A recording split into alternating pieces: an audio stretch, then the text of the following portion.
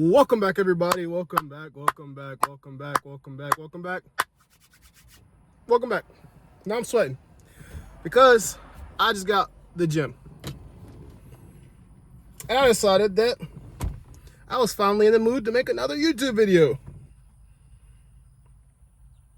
I think I'm on a streak right now, guys, because usually I post like once every 2 weeks, and I posted once the week before, once the week before that, and now this week I should post this video by Tuesday, but today is Saturday.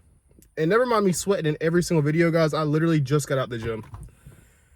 Like, got out the gym, put my bag in the car, started the video. What's this video about today, guys? Let's pick a video. Random selection is what we're gonna do, guys. That one's not done. Not that one. Oh, this one looks long. But you can't lose. Guys, you can't lose. Let's see what I wrote on this piece of paper. Okay, the back is just a Bible verse. So, you can't lose, guys. Rule number 1. Stop viewing the world as wins and losses. Instead, view the world as successes and opportunities for growth. And that sounds very similar to wins and losses when you add the word success. But success doesn't necessarily mean you win. It doesn't necessarily mean you were the best at something. It just means you were proficient at something. You successfully completed a task, a goal, a challenge. You got a desired outcome, guys. Maybe something positive happened. That was a success, right? And contrary to that would be you didn't get a desired outcome. Maybe you didn't do as good as you wanted. Maybe that promotion you wanted didn't go through. And it doesn't mean you're a failure. It just means there might be room for improvement, right? You didn't lose, you just didn't win yet, right? Success, guys. Success isn't about losing and winning. It's about learning and adapting. That's most of success, is learning and adapting on how to become more successful, how to get that 1% better each time, right?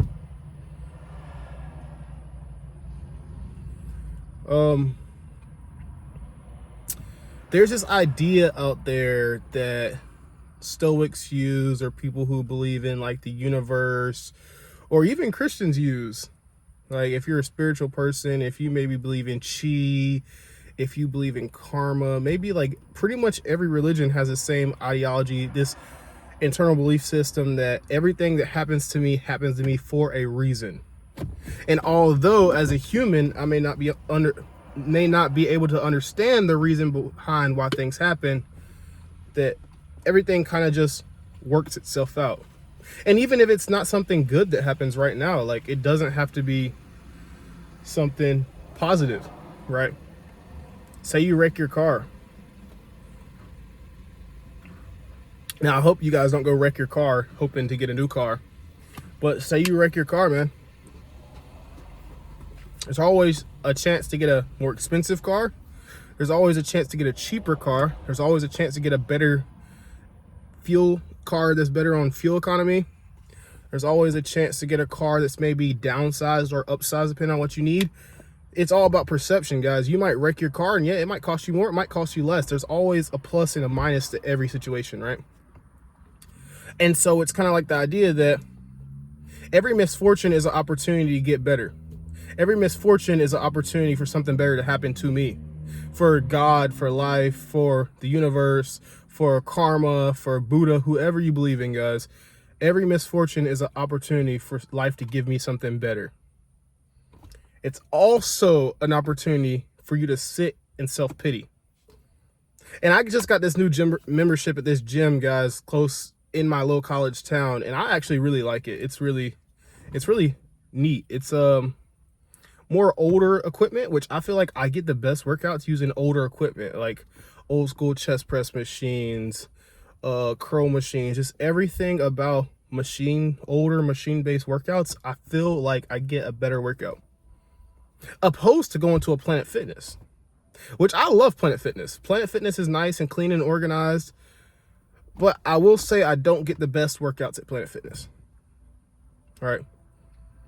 It's just a different atmosphere. It's a different vibe. It's not enough noise going on. I just feel like at a smaller gym, guys, you can really get into it and tap into your inner gym god, if you will. We'll go with that one, right? Another thing I want to say, guys, about misfortunes is there's always an opportunity to build your own skills, right? And your skills you have should usually, you want to aim at serving others, right? The sign of a good person, a good man, a good woman is that they're not so focused on how every situation might benefit them, but more of how they can benefit the larger population, the community, the body of Christ, the world, their community. Use your skills that you're learning, that you're developing, that maybe you are trying to tap into, and use those to better serve other people. And it's like the law of attraction. Like, if I put it out there, it's going to come back to me. If I'm this person, then I'm going to come into contact with more people like me. And there's two reasons that. A, it's because people like what they are. And B, if I'm a freaking polar bear, you're not going to find me in the safari. You're going to find me in Antarctica. So naturally, I'm going to come into contact with more polar bears, right? It's all about positioning. You find people who are like you because you're in environments with people like you. And if you're always in an environment with people that aren't like you, then you're probably not in the right environment, right? So use your skills in your own environment to better serve the people that need help to become like you, who need help to have a direction, maybe who need some inspiration, maybe they just need help, I've had so many people in the past 2 or 3 weeks come up and talk to me, man, how do you get girls? Which is such a funny question that guys ask me because I don't have a girlfriend. Man, how are you so confident in conversations? How do I get bigger in the gym? What are you eating? What are you taking? All these questions that people ask me, and the main one I get is, man, I want to be like you. You're so confident. That's good that people look up to me. But the goal is not for people to look up to me. The goal is to better serve others, better serve myself, and just be an overall better person. So use your skills to help the people around you in your own environment. 2 more things, guys. All progress is good progress, no matter how small the progress is.